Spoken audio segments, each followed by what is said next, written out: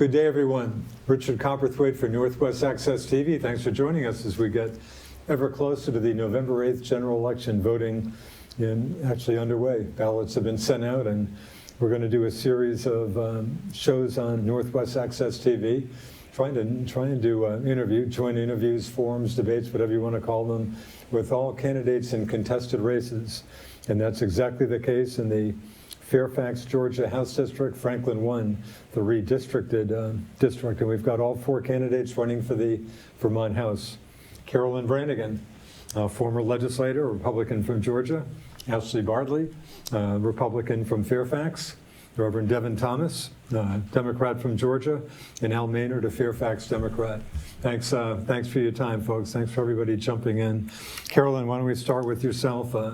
You're no stranger to Montpelier, but making a bid for the House. And I should note also, District 2 open seats here with Representatives Carl Rosenquist, a Georgia Republican, and Barbara Murphy, the Fairfax Independent, not running for re-election. So 2 open seats in the redistricted Franklin-1. And actually, maybe I should just touch on that.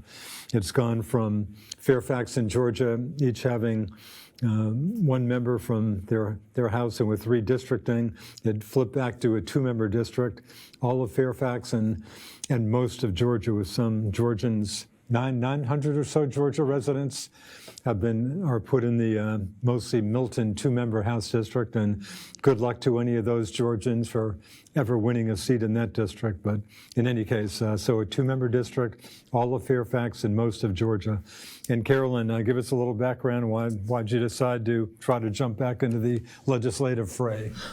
Well, I enjoy it, and I miss it. I miss having close access to information as you do every single day in the State House, and being able to investigate questions for my constituents. I have been out of office for 4 years, 2 terms, and even as recently as this year, people call me from town, from Georgia, and ask me questions expecting that I'm down there in Montpelier. And I had to remind them, no, it's Carl now. And they're going to miss Carl Rosenquist. He was a very, very competent state legislator, as was Barb Murphy. I had a chance to work with Barb several terms when she was representing Fairfax and I represented Georgia. So good person, both of them, and they'll be missed. But I jumped in again because I miss it, and I believe I can be helpful down there with my experience, especially with state finances. And I'm close to the clean water efforts up here in Franklin County, farming. So I'm anxious to see what the voters think. This is all up to the voters. So one thing, I hope people will vote. Everybody has a mailed-in ballot at this point. If they don't have to use it, they can come and vote in person on November 8th. That would be, the old-fashioned way of doing it. Go to the town, go to the polls, which in Georgia is in the big gym in the upper school, and in Fairfax at the high school. So I hope everybody will go and vote. We need to have a good voter turnout. Ashley, probably one of the younger candidates out there, but give us a little background on yourself and why'd you decide to jump into this? Sure. Fun little story. I decided to jump into this in my hospital room after I had just given birth to my daughter, who's now 8 months old. The reason I jumped into this and decided to run was because I'm a Vermonter. I'm a 4th-generation Vermonter, and my husband and I, my family, were facing the same issues and pain points that a lot of Vermonters are facing today, especially the child care crisis. It's something we deal with every day as we drop our daughter off to daycare. Some days the daycare is closed, some days it's not. And the availability of child care and the affordability crisis are really the 2 main points on why I decided to put my hat in the ring. As a 4th-generation Vermonter, I come from a long line of dairy farmers, and understanding the agriculture and why it's important to Vermont and our economy. But experience really does matter. And as a director of human resources, I really think that we need to focus on workforce development. I think that it's an aid to a lot of the issues that we're experiencing. A lot of these issues, I think, there's not one simple answer, but I think some answers are going to help multiple issues and hopefully create a better Vermont. Devin Thomas, Reverend Devin Thomas, Democrat from Georgia. Where'd your candidacy come from? And tell us a little about yourself, too. Yeah, sure. I grew up in Chittenden County, Underhill, right across the border from Cambridge, where I'm now serving as a minister to one of 3 churches. Oh. I serve at 2 churches in Lamoille and a church in Bakersfield. And the reason I got into this race is in large part because of the community work that I do with my churches. And because I really have been helping, or at least trying to help, individuals in my community deal with the tough economic strains that we are going through. And I think Ashley spoke well to here in Vermont today. In particular, I've been doing a lot of community work in regards to housing and just starting to deepen my understanding of how difficult it is to buy a home here in Vermont. I think there is a misconception that the housing crisis is a poverty issue. But the more that I've dived into this issue and the more I've learned about it, I can see and I understand that this affects Vermonters of all different economic brackets, including myself. I totally understand the issue of, the issues regarding childcare. I totally understand the how difficult it is for young families or new resident, people moving to Vermont to start their lives. It's just very difficult to get that going when you have buy-ins for homes around here. They're around $300,000. So a lot of the work that I've been doing has been on trying to help communities solve problems on local levels, repurpose homes, encourage renters to rent locally, and to help on an individual basis people find homes, find sustainability. And a lot of the local community activists on this have said that they would appreciate a little bit more help from Montpelier. And so I saw an opportunity to do something about it. We had 2 open seats here, and I didn't want Al to run alone. And so I decided I had to ask myself, if you're not willing to step up and try to do something yourself, who can you rely upon to do it? So I decided to do what I felt was right and to put my hat in this race. Fairfax Democrat Al Maynard. Al, tell us about it and give us some background and why you're running. Sure. Well, it starts interestingly enough, at least 3 years ago. Barbara Murphy and I were neighbors, so I know her very well personally. And so she and I would talk about lots of different things. What's going on in Montpelier, and always trying to keep up with that. So about 3 years ago, she said that this was going to be her last term and that she wanted me to run. So I said, okay. So I started to transition some of my work at the University of Vermont to be a little less service at the university level, a little bit more teaching online, so I could slowly transition towards being able to serve my community. In the interim, was elected to the select board in Fairfax. I'm currently the vice chair. And so, being engaged in my community for over 20 years in Fairfax, having coached most of the kids, and some of those kids are now having kids that I coach, I feel like I have a great connection to the school, to athletics, but also university level experience working with President Tom Sullivan in particular, and his work around diversity and equity. And it's been a pleasure to work with him, but now with the new president, I've been able to transition away from a lot of university service work, put that same time back into my community in Fairfax, and working on the select board, being able to do some really exciting things there, more fiscally responsible things, looking at benefit structures with employees to see what we can do there to make the town have a better viewpoint and a better ability to control their taxes and things like that. 'Cause that's what we hear. A lot of the things that Carolyn and Ashley and Deb have talked about are things that, all Vermonters, regardless, are feeling. And so it started with, talking to Barbara and staying connected with her, and her being excited for me to run and be supportive. And I really have appreciated her very much over the years, not only as a neighbor, but as someone that you can talk to, you can maybe disagree with, but also try to get to a viewpoint that is something that supports all.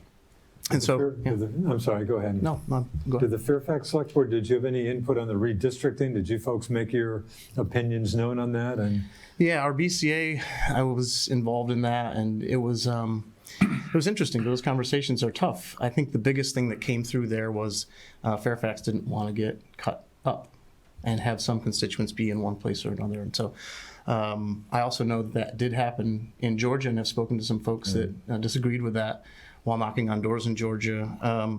But that was the big push, is to the way we saw it as a BCA. And again, I'm speaking for a number of folks, not just myself, but the last map we saw before we put in, I guess, our opinion on that was to cut Fairfax right down the middle and give them a growing town with a nice community, a minority vote in 2 different districts. And so that wasn't of interest to the BCA. So being able to help that, and then to kind of take the words of the BCA and write them up and then testify in Montpelier. I guess it was by Zoom, but at least to testify on behalf of our BCA to the legislature, to at least say that this seems like a better choice, at least for the next 10 years. Devin, any thoughts on how the redistricting played out? Serving small town communities, I can tell you that town voters mean a lot to us. And I don't think that I would agree with many of the folks that I talk to that this is not something that we feel is very cool. And I would encourage the next time that we redistrict, that we reunite Georgia. I don't think it really matters if it's fair to one party or another. Neighbors should be able to vote with their neighbors. Unfortunately, we're talking a 10-year wait for that to come up again. We are, yes. Ashley, on the redistricting issue? Sure. There was, there's a lot of concern, especially for Fairfax. There's a very real possibility that after November 8th, Fairfax walks away with no representation between the Senate and the House. And I've talked to a lot of voters who are really concerned that they're going to be represented by somebody who is not in their community. Georgia's great, but it's not Fairfax. And as Reverend Devin had said, local voters are really important.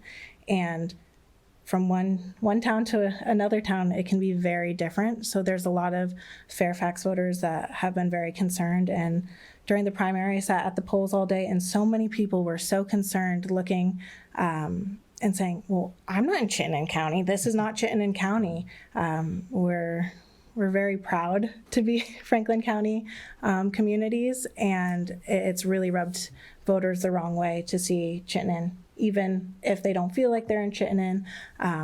So like you said, it's a long waiting game, but would definitely love to see in the next 10 years us go back to Georgia and Fairfax. Right. And something I didn't mention, which I should have, Fairfax, of course, got thrown in, as you kind of just suggested, into what the Chittenden North Senate District. So, yeah, Fairfax is now out of the 2-member Franklin Senate District, and I guess they threw Fletcher into the mostly Lamoille County Senator Westminster District. Carolyn, I don't think you weren't too happy with how redistricting played out, I guess. No, and I think a lot of people in the town of Georgia were unhappy with the way things went for exactly the same reasons Al talked about regarding Fairfax. We didn't want to have our community cut up. It was cut up deeply. A third of our voters are now moved out into the Milton district for the House district. But it is obviously a numbers game. I mean, how could that have been? Was there some way to avoid that? I mean, Georgia obviously just got too big to be a 1-member district, apparently.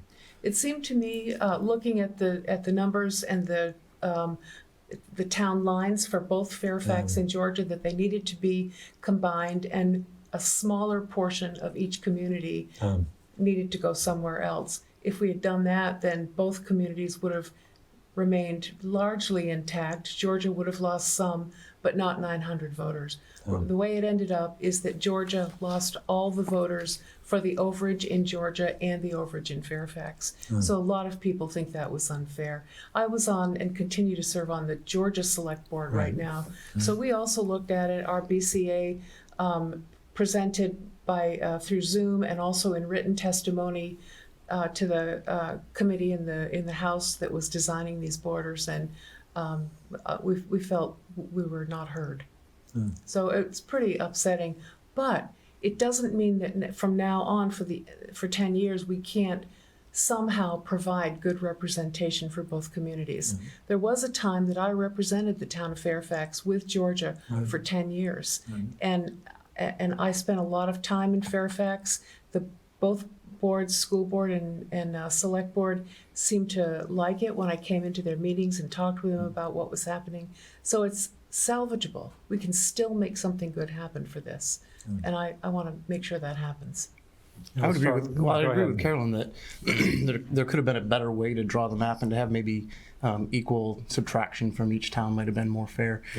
That's at the legislature. Our BCAs are kind of, we present our cases about, not wanting to be cut up, and then they make those decisions. And so, again, we'll have 10 years to kind of help figure this out, but I would agree with Carolyn that, it could have been done differently. And I would also say, to Ashley's point, we had no idea as a BCA. I don't know if anybody else heard, but on the Senate side, at least on the House side, there was multiple times to talk. Senate just came out with a map and said, there it is. And so that was actually a huge surprise to our BCA, at least, because we had no prior knowledge as to what the thing was going to look like, and then to have us be in Chittenden County is problematic. So redistricting is what it is, but it certainly presents challenges. But as we said, we just got to work through it and do our best to represent people. Well, I guess the best thing to hope for perhaps the 900 or so Georgians now in the mostly Milton 2-member House district is that whoever's elected, 2 people out of you folks, maybe give some attention to them. I'm thinking, Carolyn, especially back to the Franklin Senate District, Richford now back in it, but had been out of it for years, along with Montgomery,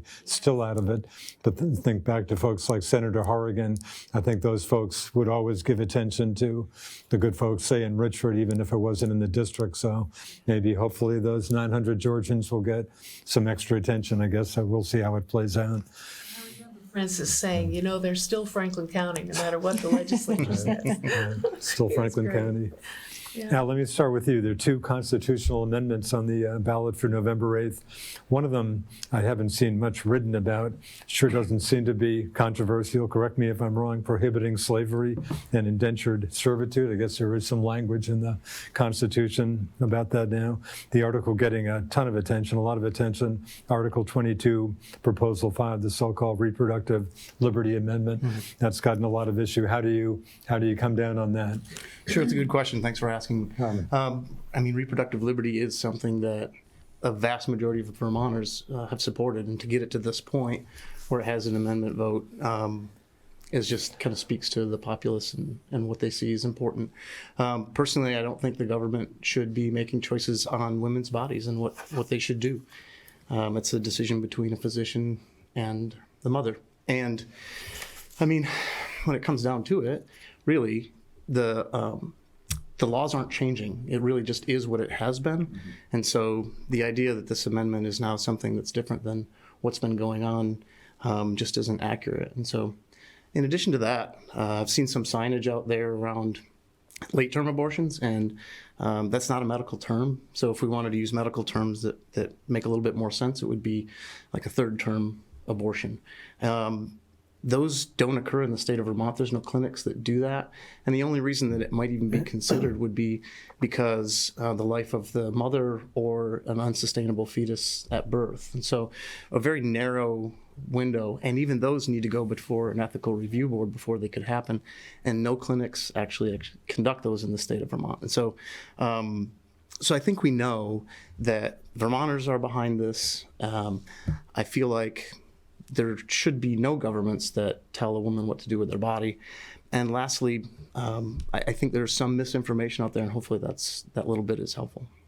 Devin, how do you come down on the reproductive liberty? Well, I think when it comes to reproductive choice, we need to really be concerned about the national move that was made repealing Roe v. Wade, and that if we are going to live in a free and fair democracy, I do feel that it is important that all people have autonomy over what happens with their body. That includes women. And so I feel like this article as Al said, doesn't really change the law. It just makes it protected under the Constitution. And we here in Vermont have, I do believe, strongly feel that a woman should have the right of choice when it comes to whether or not she wants reproductive care. And I also feel that, this in particular has a role to play for us on the state level, because now that we no longer have these liberties protected on the national level, what we decide in the State House can affect everybody in Vermont. It can play a role in that. And so I do feel, I got involved in this election before the decision was made on Roe v. Wade, but I do feel an added responsibility to represent the democratic rights of Vermonters and to support this amendment and to do the best that I can to ensure that all people have the power of choice when it comes to their body, or when it comes to the power of choice in other areas, who you get married to, or whether or not you're going to give your children, whether or not your children have access to healthcare that affirms their identity. These are things that I feel that the state should not be controlling. Does Article 1, Proposal 2, do you get anybody asking about it? There certainly doesn't seem to be any controversy about that unless I'm missing something. I think that the controversy is only that we haven't done anything sooner. Yeah. But I do feel that this is a tremendous gesture, and I do, on the part of Vermonters, especially to our people of color community, that, we have, people of color have a place here in Vermont, and we are doing our best to be friendly neighbors and to make a place for you here. It's one thing to eliminate the wording of slavery, but I think that we also need to recognize that we have a way to go on other things as well. A lot of the things that the people of color community is struggling with here are things that everyday Vermonters are struggling with. We are having troubles with housing affordability. We're having problems with healthcare. We're having problems with childcare. If we can make it so our state is welcoming to people who are struggling to get by, people who are low income, making, working jobs in supermarkets or in gas stations. If you are working hard and you are able to get by on a low income, then I think we'll see that this is we will see our people of color community thrive here in Vermont, and I think we'll see everyday Vermonters thrive as well. Al, you want to just quickly touch on the Article 1, Proposal 2? Again, it's just so long overdue. Yeah. And I think a lot of Vermonters also hold on to this identity when you speak to them about race, of that we were the first to abolish slavery, and so to have it actually be on the record and actually be more accurate, I think is a very positive step. But as Devin said, there's a lot of work to do. Right. Ashley, you want to jump into, again, Article 22, Proposal 5? Absolutely. What are your thoughts on that? It's a really important question that we're asking, women's rights. And it's so important that it's addressed. I think I was not in the legislature for the several bienniums that this has come up in. And my opinion, my vote is 1 out of 300,000. And it's, as it should be, it's in the hands of voters. The legislature viewed it as that. And it's a vote that every Vermonter has to look within themselves, and they need to make that decision for themselves. That being said, I think we also really need to focus on resources for women, for families, child care, health care for women, and what that looks like now. And I think there are some questions. There are a lot of misconceptions on what the article is, that it's really important, that need to be addressed. There are questions on what it means for parental rights. It's questions on, or the misconception of what is a late-term abortion or a third trimester abortion, and what that means for the women and the child. And I think these questions are questions that do need to be addressed, but it is in the hands of voters, and they'll be voting that in November, in a month. Can you tell us how you're going to be voting on that? I think there's something to be said about sanctity of the ballot. But I will say women's rights are very important to me. as a woman. And like I said, healthcare is very important as well. Carolyn?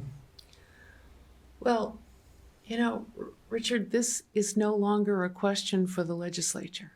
This is now placed before the voters in the state of Vermont. It is up to the voters to vote directly from the voters to the Constitution on whether or not this will be included, which for an issue of this importance, I think is absolutely right. I was in the State House when this came up a few times, and but not the last time when it was finally decided that this would go to public vote on the record. And I'm glad to see it get this far. I think the people will have their say. If I'm elected to represent Franklin-1, I will be representing people.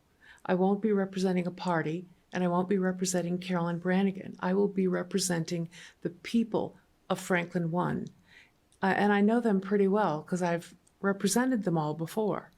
And I feel that they also believe in,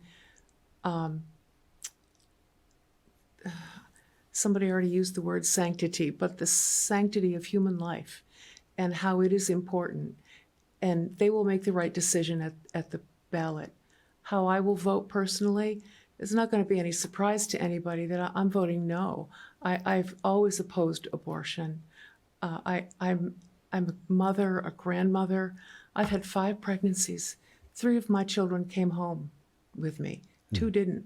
I know what that's like to lose a baby. And I don't really want to go down that path, but it is heartbreaking.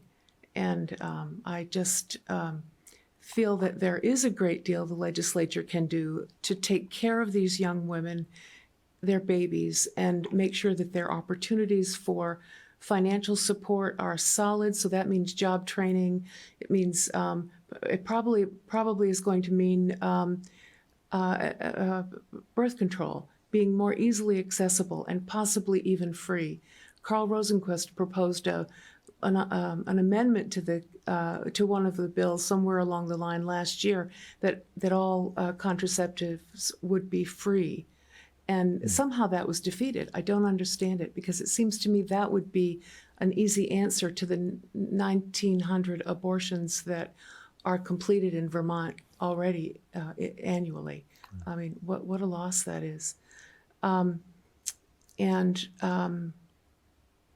guess that answers your question, Richard. Yeah, I guess the conventional wisdom certainly seems to be that Article 22, Proposal 5 will pass easily in Vermont, especially given Roe v. Wade being overturned. You may not buy that, but if that's the case, do you think your position on that, do you think that may hurt you or?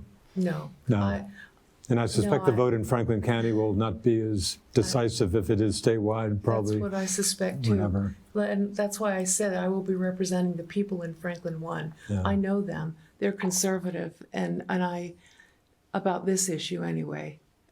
They all, I could talk about the death bill that went through years ago, the bill that allowed doctors to give medication so that people could kill themselves. That also was strongly supported statewide, but not in my district. Interesting. You hearing anything about, again, the other proposed constitutional amendment, Article 1, Proposal 2? Does anybody bring that up to you? No. No one brings it up. People are surprised when I mention to them that there's another question on the ballot for the Constitution. My own response to that is it's about time, and we're way behind not having voted on that. So does anybody ask you about that? Has that come up at all? It hasn't, I think. And I think the reasoning for that is I think it's just assumed that it's already there. How many of us, the 4 at these tables, might be a little bit different because of how we're choosing to spend our time right now. But how many of us have actually gone through the Vermont Constitution and read it line for line? As Alan had mentioned, we were the first to abolish slavery.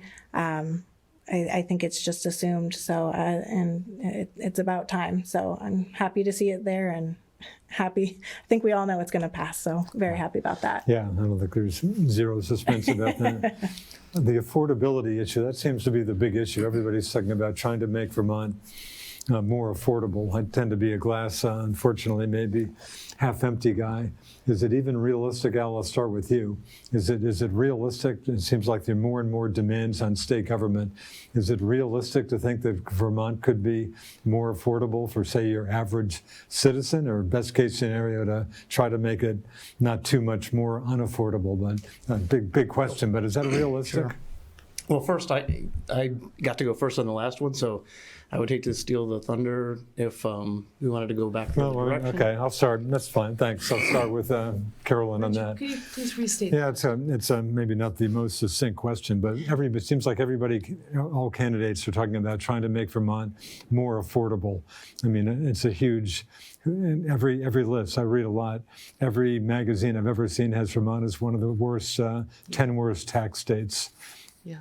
So is it realistic? Could, are there more revenue sources out there? Could state government maybe be made smaller? Can Vermont be made more affordable? That's what I'm hearing a lot of candidates proposing, talking about. Is that even realistic? I think so. Yes, this is something I've studied for a long time. And yes, I think so, especially now that we still have this influx of federal money in the state from The ARPA money, American Rescue Plan Act money. rescue and recovery money. Yes, both. There's a lot of that money that hasn't even been allocated yet. It's still here. There was so much money come into the state from the federal government that the legislature couldn't use it all. The agencies couldn't use it all. They didn't have enough people to do the work that was now possible financially, but not physically because of they didn't have enough employees. So yes, I think it's possible. What we need to do right now is just kind of hold things level for a term or two. So that's 2 or 4 years to let the agencies work through this money. I believe that's true, and especially in water quality. And so cleaning up of the water. There is a lot of money available to do that, and we need to do it in all of our state waters, but we need to give the Agency of Environmental Conservation and the Agency of Agriculture time to process through that money and get these jobs done. Runoff, phosphorus pollution, all kinds of Lake Carmi type issues need to be solved, and we can do it. We just need some time first. So that's one thing we need to do. And also, I think that we need to get away from this feeling that we ought to pay everybody's way. What we ought to do is train people, allow them access to educational resources so that they can get the skills they need to get jobs where they can support themselves. The young mothers we were talking about a few minutes ago, that's extremely important for them because they're supporting another person as well. And ask you one again, it's kind of a broad question, but any brainstorms about how Vermont might be able to be more affordable to average folks or any folks? Absolutely. Carolyn, if you're going to talk about taxes or any sort of revenue, Carolyn's your woman. She's a wealth of knowledge. But giving it time, I think, is really important. I think when you have a question or you have an issue, you want an instant solution, and that it doesn't happen as much as we would love it to happen. But with inflation and how things are going, we're continuing to tax and find taxes on things that it's just not feasible for the average Vermonter. And I think that we need to look at how our taxes are handled, how our revenue is being handled, and really look at, okay, what can we do to stop this continuous taxation on Vermonters? The carbon tax actually is a really good example. It was voted down by one vote. One vote was between you and 17 cents per gallon on your fuel at the gas tanks, and heating your homes. We're in Georgia and Vermont. It's no surprise that we're rural bedroom communities. It costs my husband and I $100 a week just to drive to work.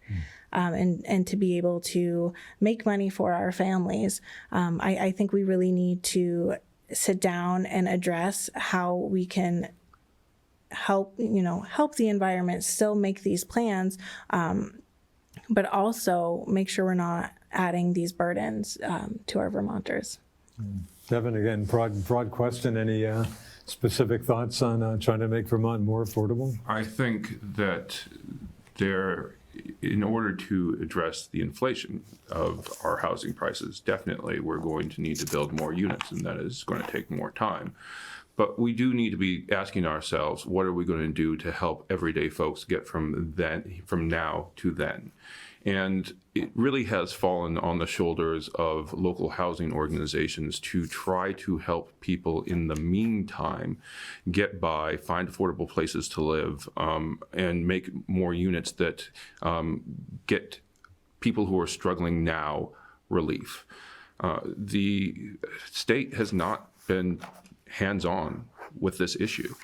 They have allocated a lot of the ARPA money that Carolyn was talking about to housing organizations, and really it's only the housing organizations that are able to apply for it. The problem I have with that is that, you have a housing organization, not all housing organizations are created equal. Some are bigger than others. Some have more resources than others. The Champlain Housing Trust, for instance, has a lot more resources than, say, the Lamoille Housing Partnership. And the Lamoille Housing Partnership is going to have a harder time doing the paperwork and applying for that money so they can get it into their community and start making more units, or reconverting old and unused homes, or buying inns that they can turn into transitional housing. There are many things that we can be doing to get people into homes that they can stay in until we're able to build more units. And we're not doing enough for that. And I think that we need people in the state who are going to work more closely with our local organizations to help people get by now. And I don't think that that's being done well enough. Al? Yeah, I think affordable housing really is at the hub of this. I mean, affordability is the hub, and there's so many spokes. I think housing is something that Devin speaks to with great passion. And is very accurate in what he's saying around the things we can do, refurbishing older places, making sure that we, and it's okay to take a look at Act 250 and say, what are some other things that we can do to, it's been great to keep rural Vermont rural and to keep city centers, vibrant, but are there some things we can do to, and even working with municipalities like Fairfax, we've used our ARPA monies to ensure that we have clean water and that we have the water sources we need to continue to build, if that's something that is possible. But I think we also need to look at how to incentivize. We have to be able to work with those people that build the homes, those people that are making ordinances, to make sure that everyone understands what the needs look like, and also incentivize the things that we need. And I think another part of affordability is to not worry about, or not have to worry as much about, the energy costs, is to become more energy efficient, but even more importantly, to look at how we can have renewable energies that are really critical, so that we aren't at the whim of a war, for example, or any types of other things that push inflation and gas prices, and we're just not at the whim of that by making sure that we have some independence. I think Vermont is full of independent folks thinking independently, so everyone should have solar, and we should be thinking more about how we use renewable energy. And in the ag sector, how do we use methane to be able to help power us and heat us in the winter? We have ways of doing that, and Vermont can and should be a leader in that. And then lastly, I know it's something that's dear to everyone here, which is childcare.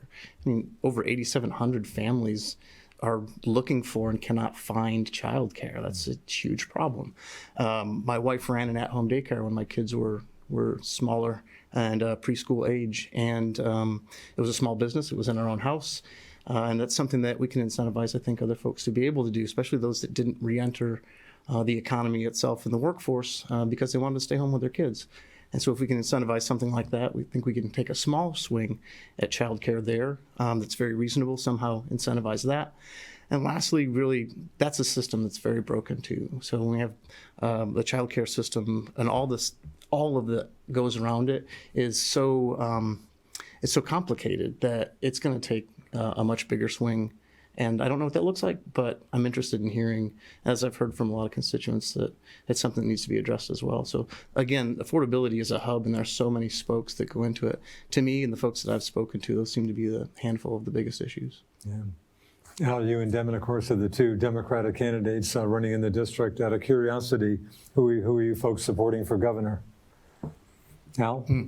Well, Again, certainly the Democratic candidate, Brenda Siegel, is not, again, conventional wisdom is certainly not seen as a particularly strong Democratic candidate for governor, with Phil Scott having won, about 2-1 over the very well-known David Zuckerman 2 years ago. But how do you see that race and yourself, your support? well, I believe in sanctity of the vote to a certain degree, but at the same time, when something's a foregone conclusion, I like Phil Scott. I've raced at Thunder Road with Phil Scott. Really? I've talked to him after the Governor's Cup, and we talked a lot about politics in general, and how I have a lot of similar viewpoints with regard to being an independent mind, fiscal conservative, but open to social justice and things that need to be done around that. So we see eye to eye on a lot of things, and so I'd be happy to have him as my governor, or anybody, and be able to work with them. I think the relationship I have with him would be fun to work with him on some of the bigger issues. I think that around education in particular, he's not been advised very well. I think making bad choices around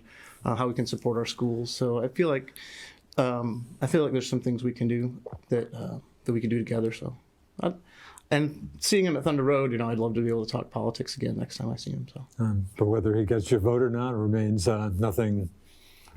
Yeah, I mean, I'll probably vote for Phil. Yeah. Devin, you care to jump into the governor's race? Are you a Brenda Siegel supporter or Phil Scott supporter? Or?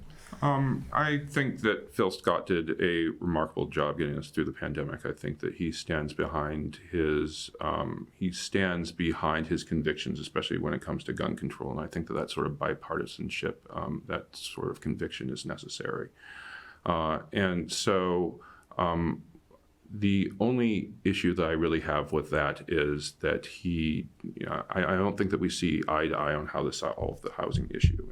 That is something that Brenda definitely does understand, and I will be supporting her for that reason.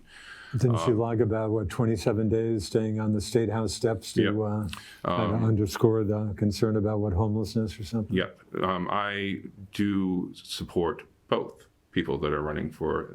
I think we have two very good choices, and that pleases me. But ultimately, I will vote for somebody. I'm going to vote for Brenda because I think that she sees things a little bit more from my perspective, and I may as well be transparent about that. No, we appreciate that. Ashley and Carolyn, I'm going to take the wild guess that you might be supporting Governor Phil Scott. Would that be not too wild a guess? Ashley? Not wild at all. Have you got any beef with the governor? He certainly seems to be a pretty popular guy. I really don't. Governor Scott he's done a phenomenal job getting us through a pandemic. I think it's safe to say, being in Vermont, I've always felt safe compared to other states. And then throughout the pandemic, it's just knowing that he was at the helm. It was reassuring. I think he has the best interest of every Vermonter. You don't have to agree with him, but he definitely will have my vote and will always have my vote. Carolyn, he might get your vote as well? Yeah, I'm voting for him as well. I feel during the pandemic, he saved hundreds of lives with his actions to protect us and shut down schools and businesses and so forth.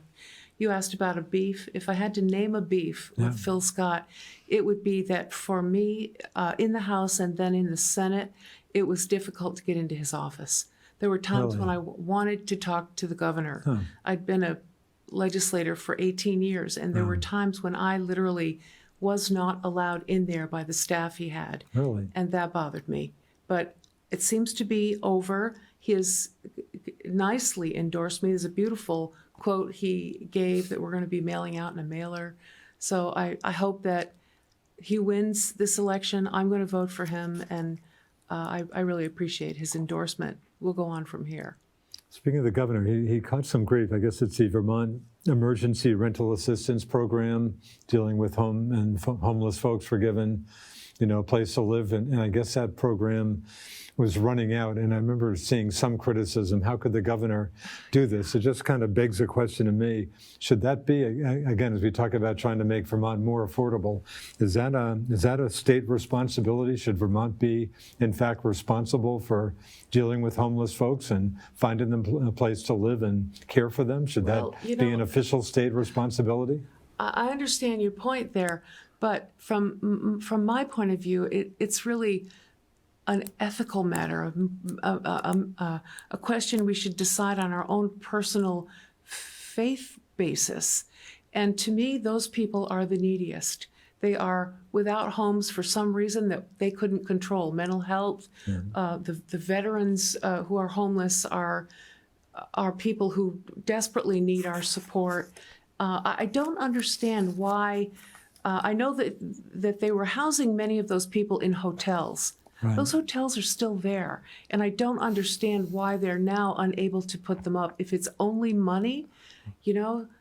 Sounds like money's the obvious big issue, I guess. Well, money is an easy thing to come by right now in Montpelier. Not that we should waste it, but that we should perhaps spend it on these people to help them receive treatment while they're getting housing, treatment, drug recovery, and help them prepare themselves to go out into the work world and support themselves. And mental health counseling too. I don't know if I said that, but that for some of those folks, the veterans I think of specifically, a lot of them just need mental health counseling, sadly. And Ashley, you want to jump into that? Absolutely. Just because they lack a home does not mean they're any less of a Vermonter. So I think we have to address it. We've all talked about local governments, and I think if we can bring it down to a micro level, focus on our local populations, and help to provide and strengthen resources.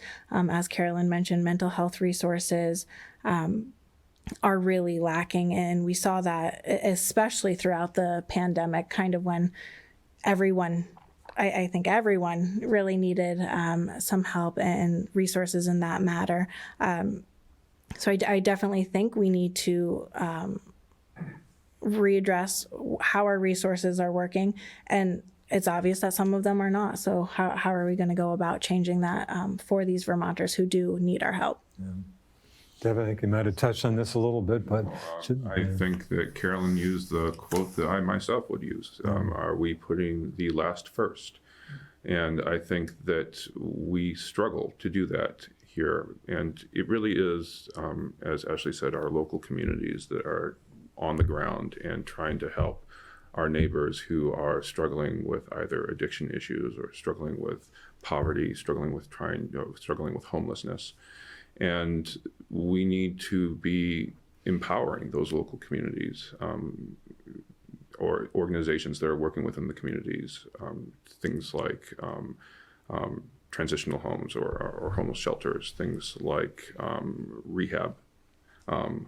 rehabilitation centers, and even or groups like the housing organizations, which are trying to build homes that they can get people into. I think that we need to increase the infrastructure that we have to help people. And unfortunately, we do not have a very strong infrastructure in most of our counties to get people out of situations where they are struggling and into situations where they can recover and find wholeness and find healing. But I do think that we can do it with a little bit of TLC. Yeah. Al? Yeah, I think what's said has been said, and covers everything that pretty much needs to be said. But I will also say, as far as hotels that folks were housed in, when I get off the exit to go to UVM, there was, I can't remember what it was because they tore it down, but it was a giant hotel. I think the Holiday Inn. Yeah. Holiday Inn, I guess. And so my first thought when that became vacant was, boy, this could be, what a wonderful opportunity to take advantage of that, even in the short term, with it being empty. What could we do with that? And then to watch it be demolished is kind of the opposite of my thinking around how do we think about it and then support the folks that need the most support. And so, yeah, that's kind of a physical representation of maybe things we should be doing or shouldn't be doing, but moving in the wrong direction maybe on that piece of land. And I don't know all the ins and outs, but that kind of brought to mind the same idea that maybe we could have used that differently or better as a state of Vermont. What are you finding? What's uppermost? Is there one dominant issue as you go about campaigning on the minds of voters? Any just kind of dominant issue that comes up?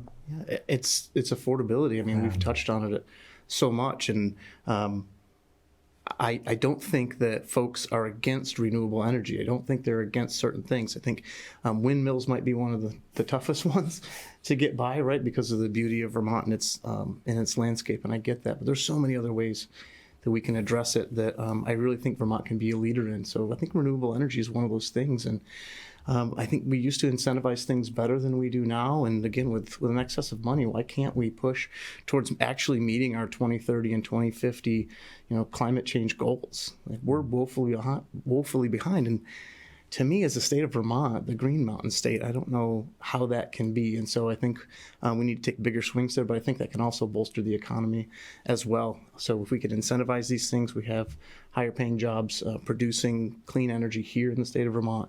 And then have folks more apt to stay. And the last thing that I have like a one-on-one experience with, especially around housing and affordability, is when students are seniors and they graduate from UVM, almost all of them that I interact with want to stay.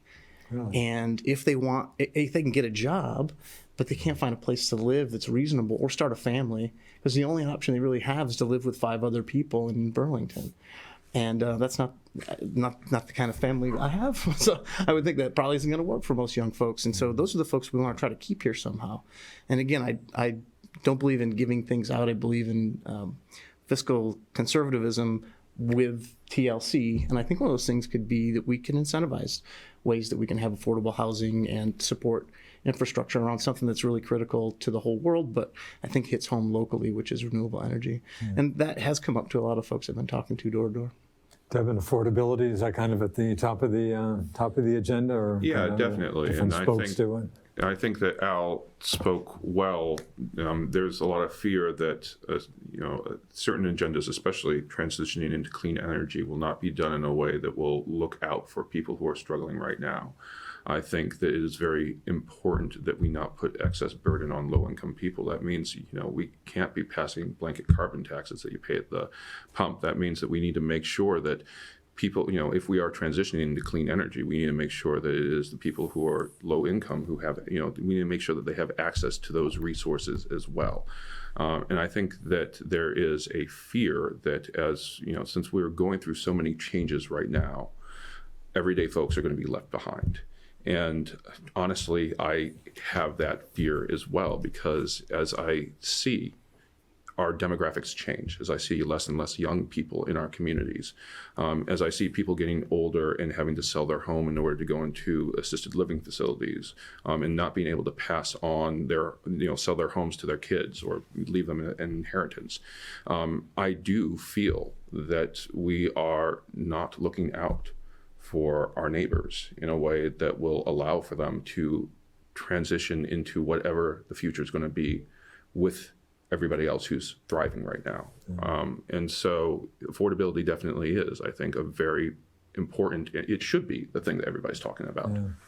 Yeah. Ashley, down to about 6 minutes here. Again, affordability, is that kind of at the top of the... Yes, pretty much, every door I've stopped at, it's the concern is affordability. I think we're also in that special time of year where it starts getting a little bit colder, and there's a concern: how am I going to heat my home, while also putting groceries on the table for our family? Like Alan had mentioned, a lot of my friends after graduation moved. I think we've all experienced loved ones moving away because they cannot afford to stay in this state. And as I had mentioned, personally for me, workforce development is very important to me. And I think if we can incentivize people coming back, staying here in Vermont, that also helps to bolster our workforce. And hopefully that helps to kind of kickstart our economy, continue to grow in the right direction. Carolyn, again, not too much time left here, but... No, but mine's quick to say and easy to understand. Yes, affordability is the overall concern as I go door to door and talk with people during this campaign. Underneath that umbrella are 3 things in my mind. One is regulate our taxes. We need stable taxes. This up and down is not predictable, and no one likes that. So we've got to do something to get stability in our tax rate. government is too big. We have to make government small and thereby give local municipalities and individuals more power over their own lives. And then last, an old conservative value is take care of our environment. Clean air, clean water, clean soil. That we need to focus on all those things. That goes, back to when Vermont was a farming state, and even indigenous people lived here, my ancestors. So we've got to keep our land clean, keep the size of our government small, and taxes stable. Affordability. Sounds like that was a good closing statement. Did you cover any, you want another 30 good. seconds for? I'm good. You're good? Yeah. So I guess I'll give you kind of your closing. Why would you be one of the, two candidates who should be sent to Montpelier? Of course. Give you about a minute or so. Okay. I'm ready to be a voice for Franklin-1. My opinions at the end of the day don't matter. I'm here to listen, and I'm not just going to be told how to vote. I will be an independent thinker and make sure that my constituents are heard, and make sure that especially our rural communities are not going to be outshone by Chittenden County. It's really important that both Fairfax and Georgia are heard in the State House. Devin, give you a good minute or so to wrap things up. I see this as another step in the ministry that I try to do to give the voice to those who need to be heard. And I think the people in our district, in Fairfax and Georgia in particular, we need to be heard, and we are struggling, and I feel like I have an understanding of what that struggle is. And that comes from working with families in everyday environments with everyday issues, and also trying to get by with a young family myself. I feel that we need more of those voices in the State House if our government is going to be effective in helping communities get through tough times like this. Al, one of the four candidates, make your case. Why should you be one of the two folks sent out of Montpelier? Sure, I really appreciate that. And it really comes down to having the experience that brings voices forward. I've done that at UVM at the highest level, working directly with the president. I've done it in our town, having been elected to the select board.